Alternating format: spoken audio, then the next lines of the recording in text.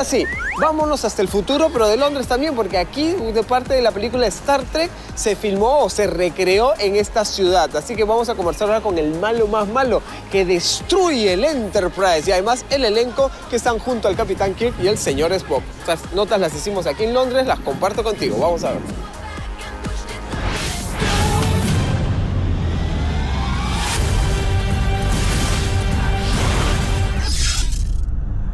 Think your world is safe.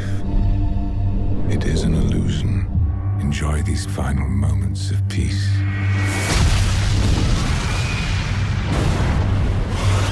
It is true that a lot of actors say that it's more fun to be the bad guy. I like playing good guys as well, but yeah, no, of course, and when it's this complex and brilliantly kind of realised and thought through, and there are so many levels going on with him and different kind of interactions, both with the character and characters of the Enterprise and hopefully the audience.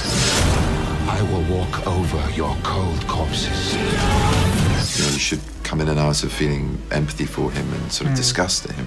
When it's that rich a tapestry to be part of, yeah, it's really good fun. Captain Kirk. Science Officer Wallace. I've been assigned to the Enterprise by Admiral Marcus. These are my transfer orders. I just love in this movie because the Enterprise, pretty much as an audience, you can see every single corner. For you as an actor, how was be actually there? You know, it was really special. The thing about the Enterprise is the buttons don't work, and so there you go. And so that was a bit annoying. Okay. But other than that, it was beautifully constructed. Yeah, because you're touching everything. Yeah, you want to go on, and I ended up just going and pressing a button, going like doing my own sound effects. And also when I picked up a gun, in the shot, I was like, all those cliches. Give me one reason why I should listen to you. I can give you 72. And they're on board your ship, Captain. They have been all along. I just love the idea of the futuristic. You know, we can see London or San Francisco. Yeah, exactly. But it's still you can feel that the old London town with a little twist of the future. It's not that fancy way. No. They're very iconic buildings. I mean, you've got the Gherkin, the St. Paul's through that. Yeah. Loving the fact that St. Paul's has survived because that it's been shrouded. By now, all of you have heard what happened in London. Man who did it, he was one of our top agents.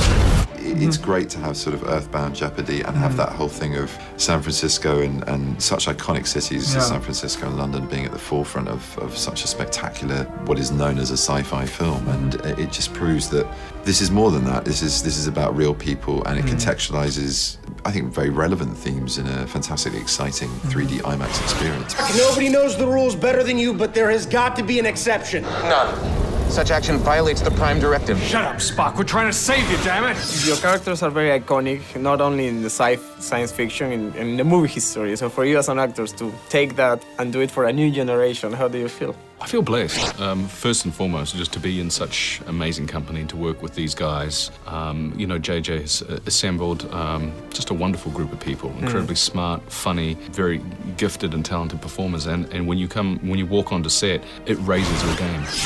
Spock were here and I were there.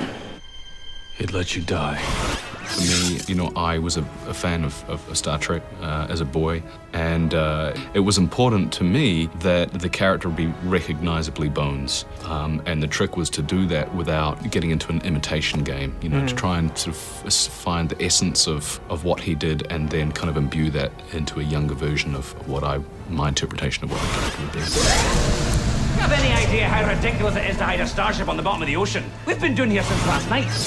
It was almost the trickiest in a way because they're both known for how they are kind of, you know, the way they talk particularly. And whereas, and Zach, I guess, as well, which he does beautifully, and also having Leonard in the movie, in both movies, oh, maybe just the one movie. Spoiler.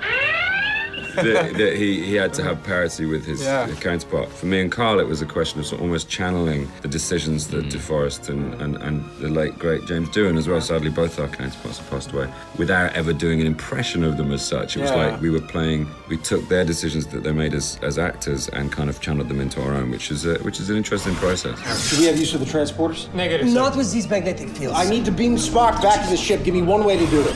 Which of the high technology from the Star Trek universe do you want to exist today? Beaming. beaming. You could go totally home beaming. now. Oh my gosh, I would love that. You could go and have a cup of tea in your own kitchen. That would be go home for lunch. Go home for lunch, then come back, carry on. Yeah, I go back to Peru just now. Yeah, you could just like that. Well, it would make junkies a lot easier. Exactly. But no then people hotels. would go off and they'd forget their card and they'd have to beam back and pick it up. There'd be someone sat in the chair, they'd merge, it'd be messy.